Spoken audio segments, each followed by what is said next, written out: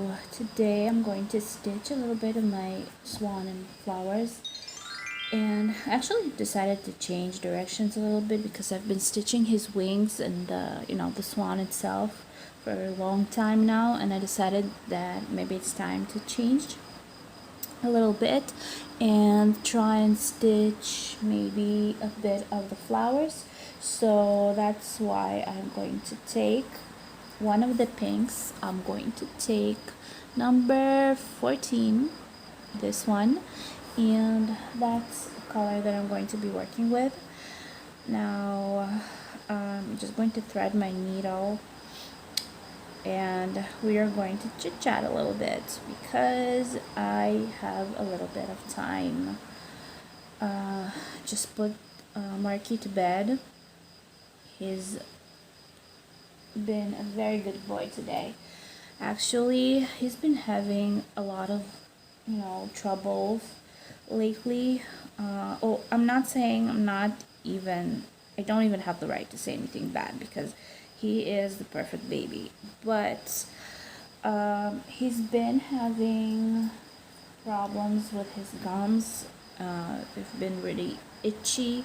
So some nights he's having troubles to fall asleep. He's just crying, and it takes a little while for him to go to sleep. So that's sad because I don't want him to be in pain at all.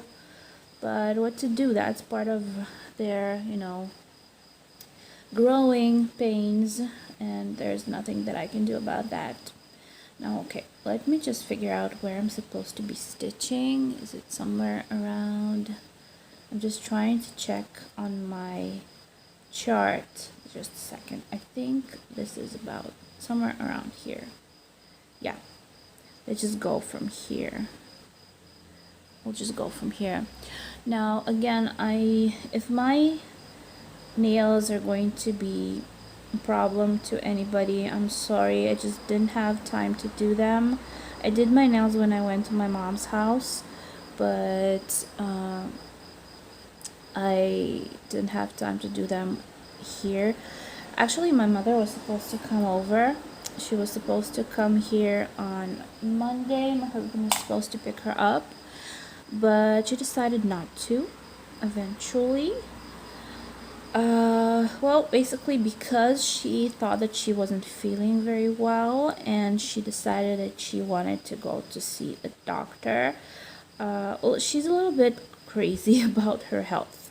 She's really scared from this virus going around, and every little pain that she has, she must have this coronavirus and she's dying. So thank God she doesn't have anything and she's okay, she's healthy, but still she really panics over everything. To be honest, my relationship with my mom has always been really close. I mean, we don't have brothers or sisters, and our family is really small. It's so small that I only have 2 cousins from each side, and I don't even know most of our family members, like further family members. We don't really have this big beautiful movie family. Well, we are Russians, and we are you know usually we have smaller families, and that's actually sad when you have only one child in the family, because it's always fun when you have a lot of brothers and sisters and stuff is happening, and you can go visit each other on the holidays and have big birthdays and stuff like that. And I wish that for Marky, I hope that we'll be able to have at least one more baby.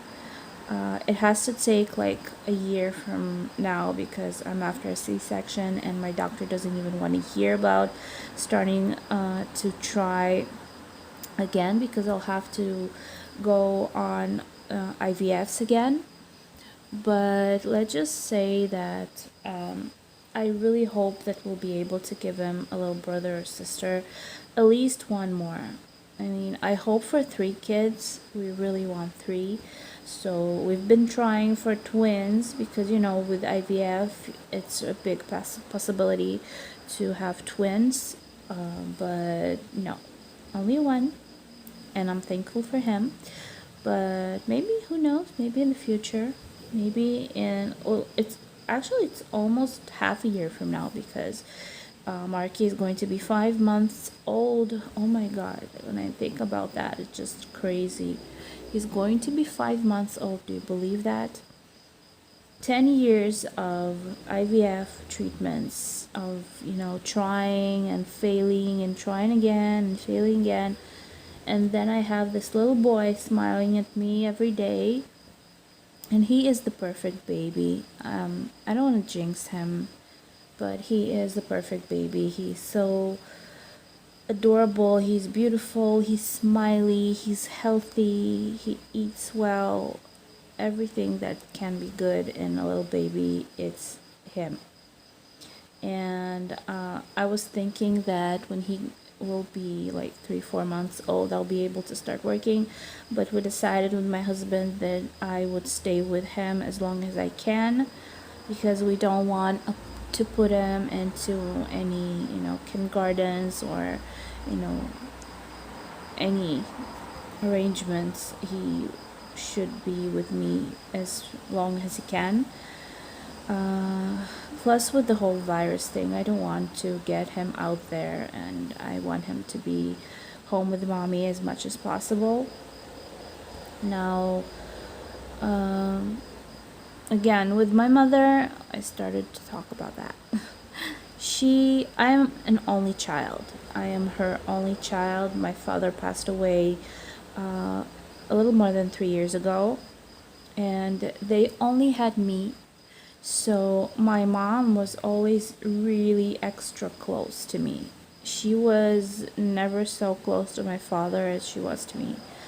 And you know what? It's a great thing when you have a close relationship with your mother, your father, your sibling, whatever. But when it's too close, when the person on the other side is so obsessive about you, and I am not afraid to say the word obsessive. She is seeing only me. She doesn't care about anyone else in the world. She only has me. And that makes us have a lot of difficulties and have a lot of fights through the years, because she always demanded me to be, the same.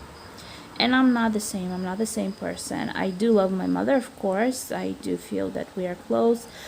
But I don't feel the need of talking on the phone 3 times a day. I just don't have that need. I mean, what do you have to talk about for so long? Plus, I have taught her to write messages. Eventually, she did learn that because she never used to use WhatsApp or any messenger type. And I taught her that, and since she did, she keeps sending me messages like every 10 minutes. Now, the problem is, if I don't answer right away, it means it's something wrong. It means that I'm offended, that I don't want to talk to her anymore, that I don't need her anymore, that I am a bad girl. Now, yeah, it's so it's that.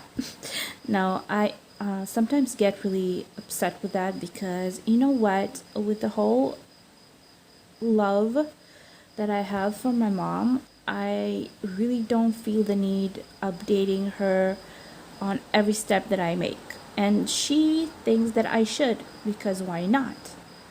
Because from her words, I don't have anybody else closer than she is. So I am supposed to be telling her everything. Now, we always had this problem because she always wanted me to be on phone with her 24/7. I mean, whenever she calls, I should have been calling her, or else it would have been a fight with her, because then she is going like, why don't you call me? Why didn't you call me? You don't need your mom anymore. Something is wrong with you. I'm here alone and you don't even care, and stuff like that. And that's a really long story, but I'm going to be venting about my mother in this video, I think. But you know what? Who cares? I'm stitching, so I'm kind of flowing with the conversation. Anyways, so we had this, let's say, arrangement with her that I was supposed to call her when I was on my way to work. Then I was supposed to send her a message that I arrived to work. Then I was supposed to, correspond with her during work, because she used to send me messages and like asking what am I doing, how am I doing, if I ate, if I went to the bathroom. Sorry. Now after I finish work, that means like right after I get off, not an hour later, right when I get off, I need to give her a call to tell her that I'm off and I'm on my way home. Now when I get home, I'm supposed to send her a message that I'm home. Well, again, corresponding through that time. Then after like maybe evening time, we're supposed to be talking. Before I go to sleep, we need to say goodnight to each other. So of course I needed to write her a message with a good night, and I have to add kisses, because if I don't add a kiss, the kissing smiley, if I don't add a kiss, she asks me, why didn't you send me the kiss? Something wrong? Now, you guys, now that I'm talking about it, it does seem a little bit crazy, but that's just the way she believes we're supposed to be. And the hardest thing that I cannot tell her no, because I don't know how people really are with their parents, but to my opinion, it's a little too much, especially today where I have my own family, I have a baby, I have a husband. Whenever you send me a message or phone me, it doesn't mean that I can answer you right away, because I have other things that I'm doing. You know what? I am out with my husband today, but when I was out with my boyfriend back when we were dating, and she used to send me a message on, being on a date with him, I really had to answer her, because if I wouldn't have answered her, that means that I am dead somewhere in the ditch. And she waited, and she was sending me another message, why are you not answering me? Until she was calling and starting to fight with me because I didn't answer, and she was worried. Now, yes, it does get that bad. Now I have learned through these years not to get into argument with her about that, because it always ends up with me being a bad person, because I don't care about my mother, and my mother is out there alone, and I don't even care because I'm doing my own stuff. And I'm sorry, but I think I'm allowed to do my own stuff. I'm a grown woman. I am 30, going to be 38. I am a mother now. I have a husband. And you know what? It always drove me crazy. But what if you are calling me and I'm in the middle of, sex with my boyfriend? Let's just say that. Or doing something that I cannot come to the phone in that moment. Why are you not leaving me alone? Just trust me that whenever I can, I'll call you back. Don't pressure me to call you right away or to answer in a couple of minutes. It's not fair. Now, that's always been a problem with us. Now, like I said, she was supposed to come over, visit me on Monday, but she decided that she was sick, and she made an appointment to see her family doctor, just to be safe. Now I'm out of thread. I hope that you're seeing what I'm doing because I don't even see the camera. I need to cross it on my saga for just one moment. God, the cars in this place are driving me crazy. Last night I put my Marky to bed to sleep, and I don't know how he slept through this, but you know these little tractors that people are driving around just for fun, they were on the road like making crazy noise until like 2 o'clock in the morning. It's just crazy. I mean, I don't have a moment of silence around here, and it's really annoying. Plus, at least at night I want him to get some good night's sleep, and I cannot stand that. That's annoying. Okay, anyways, back to my original storyline. I would love to know what your relationships is with your parents, if they're close, especially. Does it get as, intense for you too? Because sometimes I think that maybe I'm the wrong one because, well, I do love my mother, and I know that she is alone in her apartment, but I feel that it's kind of disrespectful for me as well because, it's I have my own life. I do understand, and we always are in touch and whatever, everything. But I don't know if it's supposed to be that intense.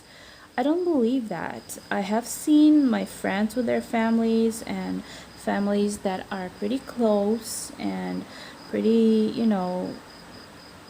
friendly with each other, I guess.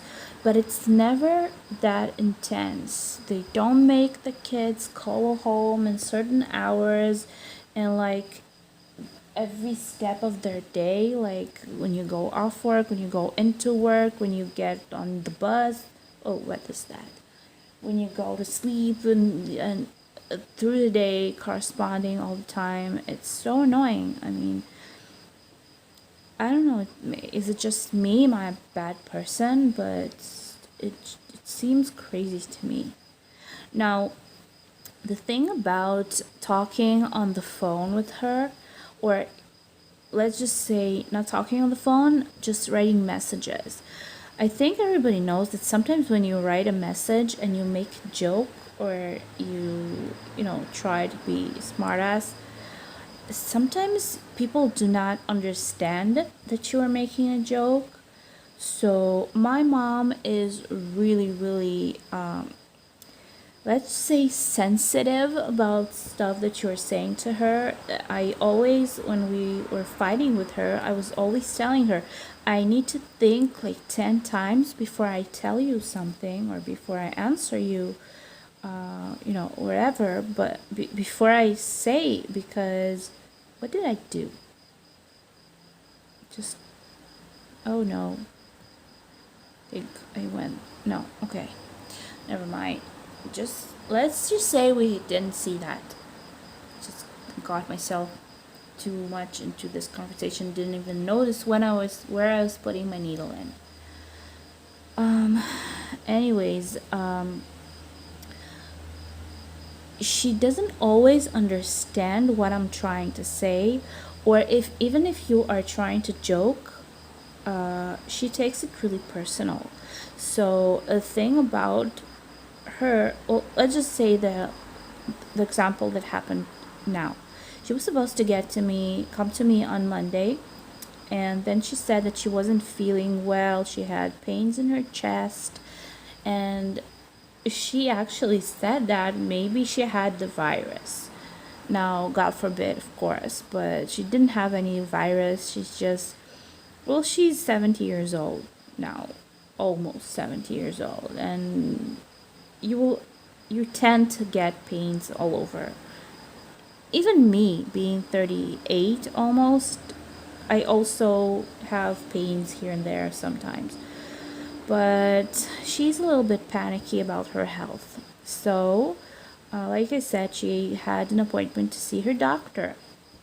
Now, I said to her, because my husband was supposed to pick her up before he went to work, not before he went to work, when he was back from work, he was supposed to go through her town, through this Sderot, which is like 15 minutes drive from where I live. It's not far, but he's coming from Jerusalem, so it's kind of extra miles for him, but he was ready to do that. So he was supposed to pick her up so she won't go by bus and bring her to our place. Now, we were talking, messaging back and forth, and she kept she likes it when I try and persuade her to do something. I mean, I'll tell her, like, we're going out, like, for a walk, come with us. And she's like, no, I don't know, I'm not sure, why would I come with you, you probably want to be together.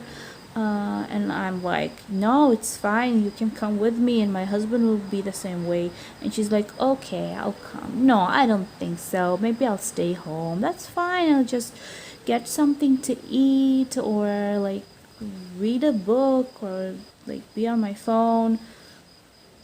No, maybe I will go with you. And she goes try to get dressed, and then we go get dressed, and she's coming out of the room, and she's like, no, maybe I won't go with you, I don't know, why would I be there, you probably want to be with your husband.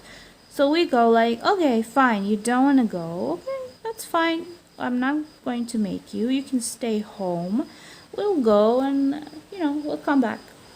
So now we go out. It actually something that happened once, one of the times where she stayed with us for a couple of days. I knew that eventually she'll say that I didn't want to take her. Now, she actually eventually, before we went out, she made it look like she was going to get dressed, but she didn't. She didn't get dressed. And she came out of the room and said, maybe I won't go with you, I don't know. And I said, okay, fine, if you don't want to go, you can stay home, do whatever you want. And we'll be back soon. I mean, we were just going out with the baby. Now we went out, actually decided to get something to eat. Eventually we came back home, and I was stupid enough to say that we got something to eat, and then she got us insulted because we didn't bring her back anything tasty. And eventually she ended up saying that she thought that we will take her with us, but eventually she had to stay home alone. And I'm like, really? We spent like 20 minutes trying to get you to come with us. Now, do you really want to say that we didn't want you to come with us and you had to stay home alone? I mean, I don't know. Is that normal? It seems a little off to me. Now, she got insulted because she said, like, oh, I actually went to get dressed, and then I saw that you didn't really want me to go, so I decided to stay home. How do you deal with that? I don't know. I don't even know if to feel guilty or not, but I just let it go at that point because I didn't want to get into an argument with her. But that was just ridiculous. And basically the same thing happened with today's visit that's supposed to be happening but didn't, because we were talking about the fact that she'll come visit us for a couple of days.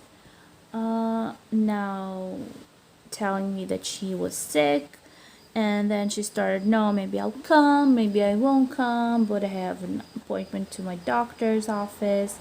I don't know. So eventually what I wrote, she said something about having a virus. Now, I ended up writing to her, if you have a virus, then don't come. If you don't have a virus, then do come. Is that really insulting? Please tell me, is that insulting? In that point, I realized that that was the end of our conversation because she was like, okay, I won't come, and stopped talking to me. And it was just ridiculous. Really, to be honest, really, logical thinking, knowing that I have a baby in this house, and knowing that, God forbid, if you have the virus, don't come. It's okay if you don't come. Or do you want to come and bring the virus to me to make us sick?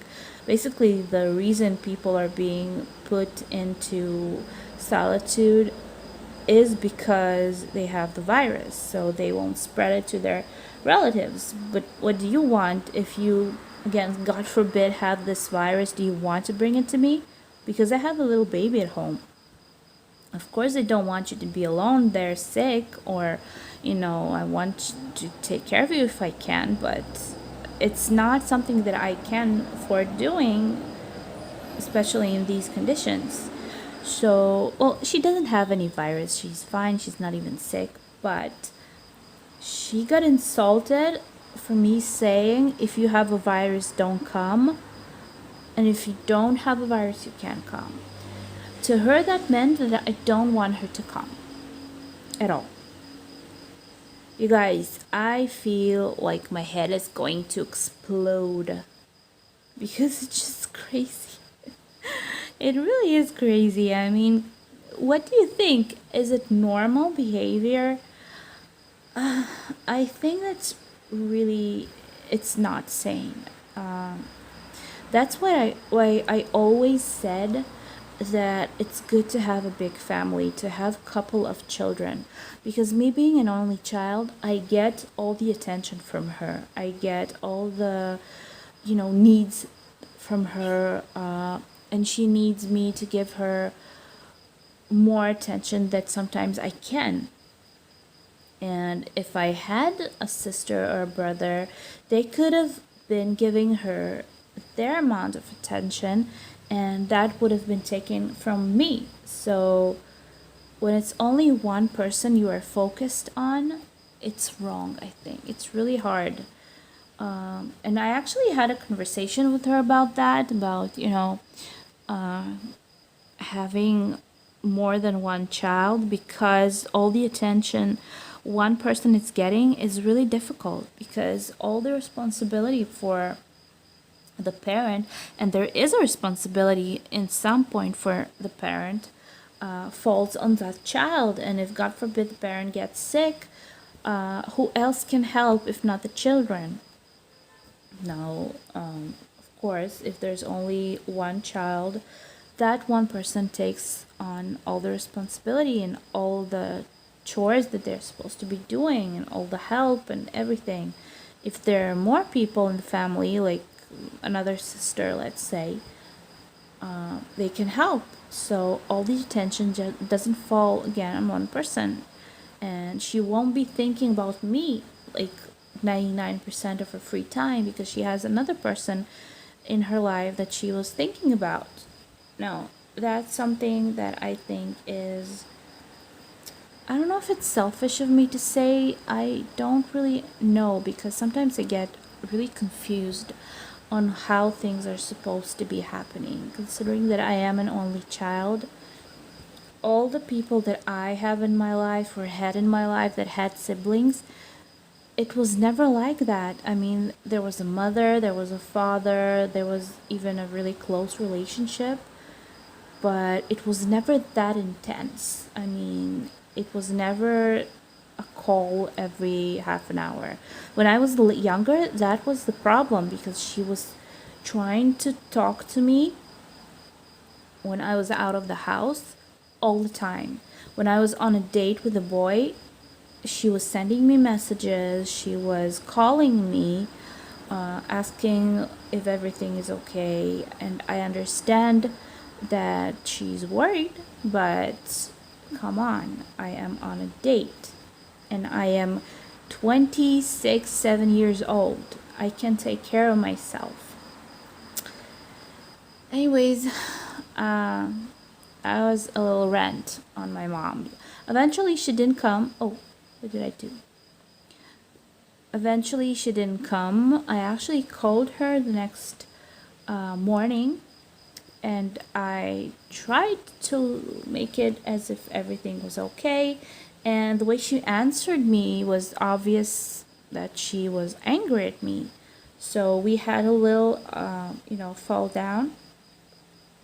I don't know how do you say that, a little bit of an argument. And I was so angry because, come on, what do you want me to do or say? I didn't say anything that insulting. I think telling a person who says that he is sick with a deadly virus not to come if he's sick with a deadly virus to my home where I live with my husband and where I have a let's just say 4-month-old baby. It's logical, I think, isn't it? And you as a grandmother understand that. But me telling you that, even though I was sure that she doesn't have any virus and she's just, panicking over nothing, and I said that to her. But when I said don't come if you have a virus, it was a joke. So I even sent her a smiley when I told her that. So that was definitely a joke. But I guess she doesn't really get jokes. So, yeah. Anyways, that's my life with my mom. And I think that will be till the end of my or one of ours life. Because let's just say that my husband really wants to move. He really wants to move. Well, at first he wanted to move further than Ashkelon. He wanted to go to the, somewhere to the center, because there he can make more money doing what he does, or even live somewhere on the north of the country because it's much healthier and greener, and but I never wanted to do that because my mom was here and I didn't want to leave her alone. I wanted to be closer to her. And not because I needed that, because I knew that she needed that, because she will go crazy if I will leave her and go somewhere further. We always had this issue when I was, a teenager or a young adult, that I could not have moved anywhere further than Ashkelon. Even Ashkelon was a problem at first. Once I told her with my first husband that I was moving here, and he was from Ashkelon as well, it was crazy times until everything got, settled. Because she was sure that once I leave the house and move here to this city, it's 15 minutes drive again, I remind you. She will never see me again. We will not be able to see each other. We will not be able to talk, and that will be the end of our life together. Now, okay, that didn't happen, of course. But yeah, now moving a little further than Ashkelon is not even an option, because that way she definitely won't be able to be with me or come visit me ever again and see me. That's something that won't happen at all, and I will never come visit her again. And yeah, so that's something that kept us close and made us stay here, because nothing really held me in, Ashkelon, because right now, currently, especially, I'm not working. I don't really care where we're going to live, but that's a big problem. Now my husband is just waiting for the day where I am going to say go, and he's going to pack his bags, and he wants to leave the country. He wants to live somewhere else. He doesn't want to stay in Israel. Maybe one day I'll make a video about it, but it's not the best country to live in. Let's just say that. I love Israel. I grew up here. I've been here since I was 6 years old. I don't know anything else, but you know what? I am not really into the mentality. I'm not really into what's going on with our banking system, with the money, everything is crazy expensive. Salaries do not cover everything you need. Our money's worth, you do not get a lot for that. Government is not fighting for her citizens. We are feeding, let's just say, the Orthodox, because they are not working, they're studying Torah, and basically they are living off the mainstream citizens because we are paying taxes for them. Now they're getting a lot of money from having children because they get a lot of help, they have big families, and I don't want to get into that. Everybody's entitled for their own beliefs, but I don't think that that's fair because families like ours, like mainstream family, we do deserve the same conditions, I think. I mean, why would we need to pay for somebody else? Now, there's a lot of issues in Israel. If you have debt in your bank, they're going to triple it, like make it 4 times as much as you need to pay. I mean, there are a lot of little issues here that prevent you from having a good life. It's basically impossible to buy an apartment or a house. I'm not even talking about a house, but for a young couple or just a mainstream family to buy a house, it's impossible because you need to put in a very large amount of money as like a first payment, and then there's no way for you to get that money because you need to live somewhere. You either live in a rental apartment, which you're supposed to pay with, and it's really expensive to rent an apartment. Plus, you need food, you need to pay your bills. Basically, all your salary goes for that. You don't get a lot for, just a little bit of wasting. Now, I'm not saying that we're poor. We're kind of, again, like a mainstream middle family, but still, it's never enough. It's never enough. It's really hard to make everything that you want to happen here. So that's a really bad place to live in, where you know that you're not going anywhere. Your only choice for saving a little bit of money is not wasting it at all. That means if you have the choice of living with your parents and they give you that ability not to pay for anything at all, not help with the house payments, nothing at all, that's the only way you can live for a couple of years and collect money. And that's also if you are not in debt with your bank or anything. We had a pretty good bank history until we made a mistake of when we first moved in together and we got married. We had bought a lot of furniture. Now, it was a little too much. We could have done without them, but it was a very big amount of money. Well, that's the crazy amount, but I guess for that point, it was kind of a lot for us. And we eventually, the last thing that we bought was a closet.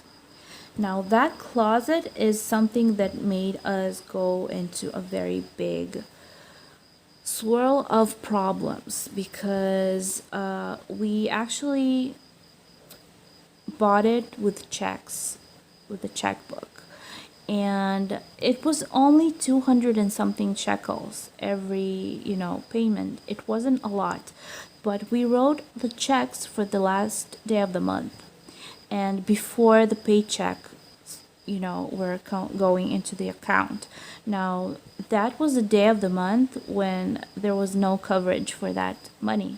We had trouble with our banks in that point. Well, no, not trouble. I mean, we did have a way to live, but we had a minus in our account. And well, let's just say that we were not supposed to be buying anything before our paychecks were in our accounts. Now, because the checks for the closet were supposed to come out on like I said, the last day of the month. I don't know why we did that actually. It was kind of a stupid thing to do, but I guess I don't know what happened. All the checks were coming back. It was funny. It was only 200 shekels, and my husband talked to the owner of the store, and he asked him not to put in the checks and that he will be bringing the money every month. But what he did was cash the checks, and every month the checks were coming off like a day before, trying to come off our account. Now, that's something that's a big no-no, because I don't know how it works in other countries. In Israel, if you have 10 checks that are coming back, they're not being paid on time, you have a problem, because the bank closes your account. It's not really closed, it's kind of foreclosed, I guess. I don't know how to call it.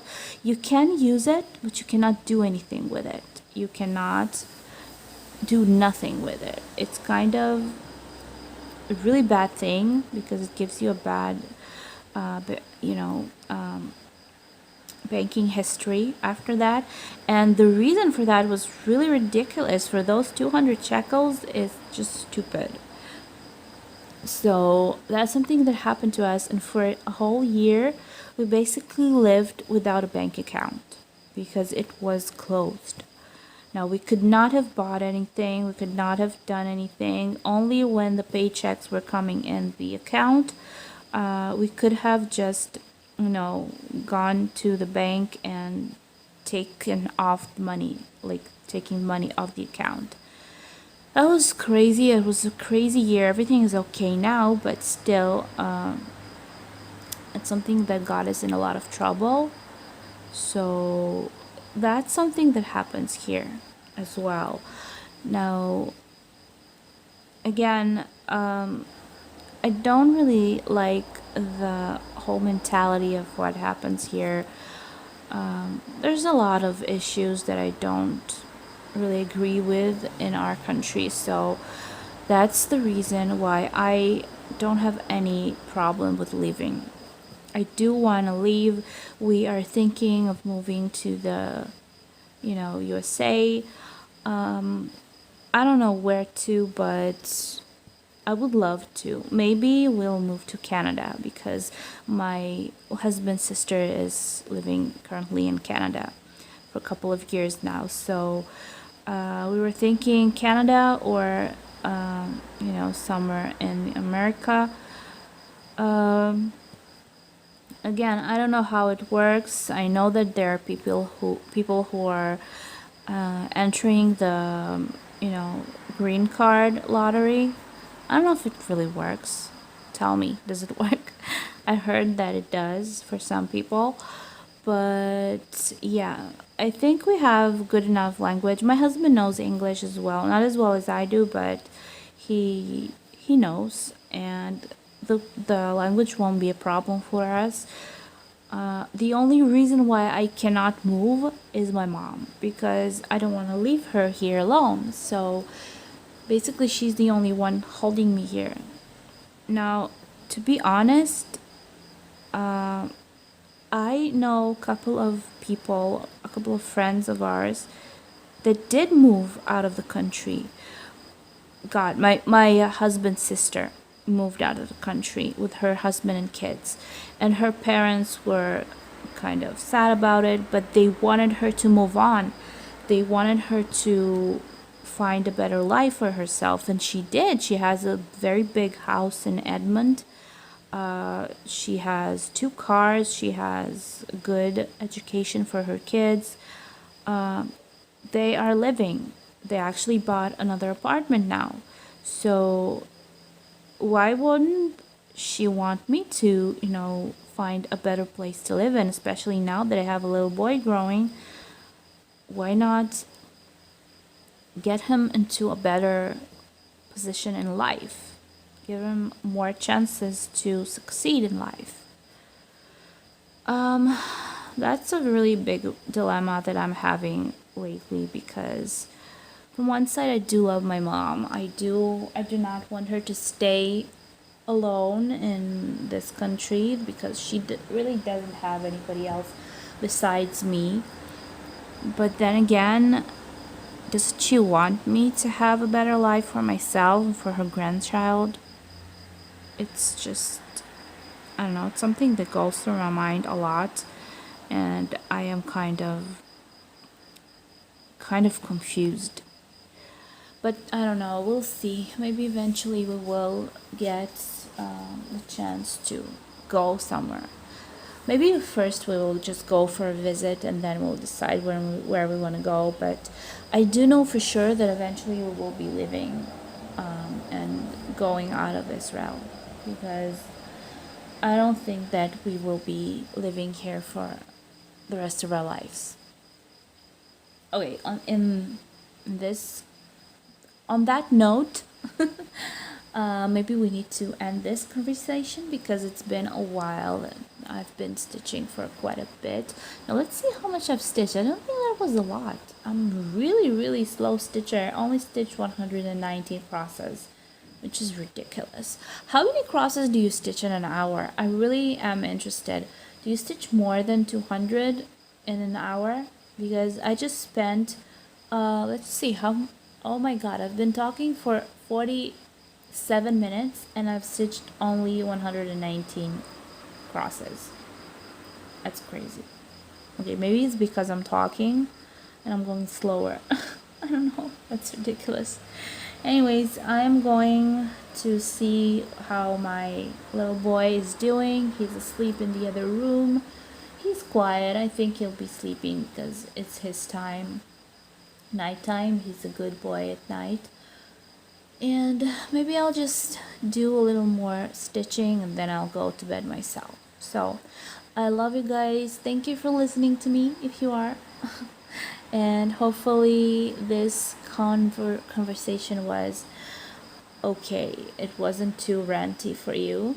I don't know why I decided to talk about my mom. Maybe because it was something that was sitting in my mind for the last couple of days. But that's fine. That's life. I have responsibilities, I guess. So I would love to hear from you. Tell me how your relationship with your parents are, or with your siblings. Do you have such a close-knit relationship that you feel that it's a little too much? Or am I being a bad daughter? I don't know. Would you have just picked up and left the country knowing that your mother was here alone? Or maybe your parents would want you to go and move somewhere where you would have more, chances for, being something more than what you are now. I don't know. I would love to hear from you, what you have to say, what you think. And yeah, that's about all. I love you guys. I will see you in my next video. Give me a thumbs up, please, please, please. That really helps me. Subscribe, those of you who are not. Press the bell below to be notified when my videos come out. And I will see you in my next video. I love you all, and I will see you soon.